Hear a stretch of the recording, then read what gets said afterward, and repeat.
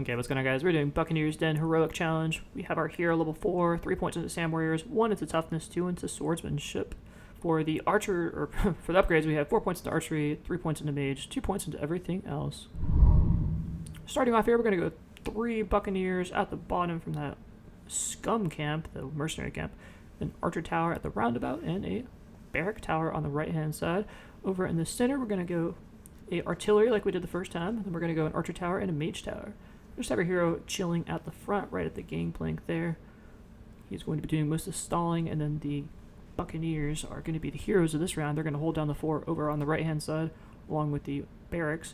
The idea here is that we have the Buccaneers do most of the range attack, throwing their Molotovs, and then we have the barracks are able to tank the brunt of the blows. Because their Buccaneers are relatively squishy, despite costing 150 each. They are squishy and they do a lot of damage, so we want to make sure they don't take a lot of damage. They can get out their DPS by throwing the Molotovs. And then our hero is going to have to hold down the fort on the left-hand side. He is very tanky, so he should do a good job. But, you know, you can micro him back and forth if there's nothing going on. I would predominantly keep him on the left-hand side, kind of covering that center left lane. And then we will put a barracks on the left-hand side in the deep section in case something does manage to slip by. And a barracks on the middle lane in case something slips by our hero on the center area. And then just try to keep your DPS up. You can see we have a level 3 artillery tower. We're going to be dumping the bulk of our money into that. We really want to get to the ground pounder as soon as we can. And that was the wave 2, so we're going to get into wave 3. We don't have the ground pounder quite yet. We're going to drop a nice rain of fire right at the center to get as much splash damage and scorched earth on those immortals. Our magic attack is not the best right now. We only have 2 magic towers, and they're only level 1 each, so we really have to do as much damage to that immortal. That was a really good scorched earth, if I do say so myself. And we can almost afford it. There we go. Ground pounder in business. Wave 3, so that's kind of what you should shoot for. Definitely need it this wave, and you'll definitely need it next wave, so at the very, very latest, have it at wave 4. But we got it midway through wave 3, and you can see, look at all those guys just getting absolutely splattered. It's almost funny to watch on high speed here. With money, we're going to get a level 2 Archer Tower in the center and on the right-hand side. That should give us enough damage for the armored dudes. Bruh. And then we have yet another Archer Tower, so level 3 Archer Tower now on the right-hand side going into wave 4. It's going to be very good against this Scorpion thing. And we want to be very careful that the Buccaneers do not take that Scorpion poison, because that 150 gold we spend on each of them, they'll go down the drain pretty quickly if they start taking poison stings.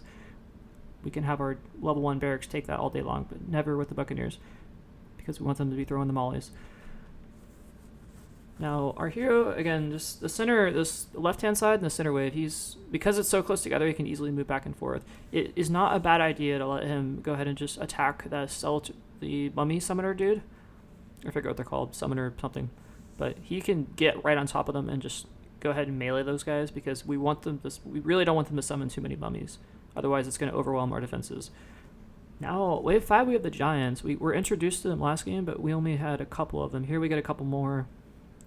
And they are weak to mages, and our hero can tank them for quite a while, so make sure you abuse that mechanic. You really don't want to let those things get away from you, because if they go too deep in your defenses and they get outside of that artillery range, it's going to be really tough to kill them.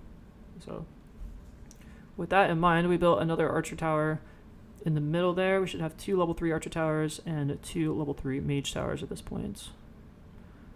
The roundabout Archer Tower is going to be really important, along with the Buccaneers, to do damage on the right-hand side. Now, upgrade your Mage to your barrack as you see fit on that right-hand side. I'm keeping it at level 1 right now because I'm cheap. And notice occasionally the pirates will shoot you with their cannons. You'll get a little bit of an indicator, and then you'll have a brief second where you can move the guys to try to avoid the damage. And if you're too slow, then you just take a ton of damage. So on the middle, we upgraded our barracks, and we haven't upgraded the left-hand side barracks yet, only the middle one.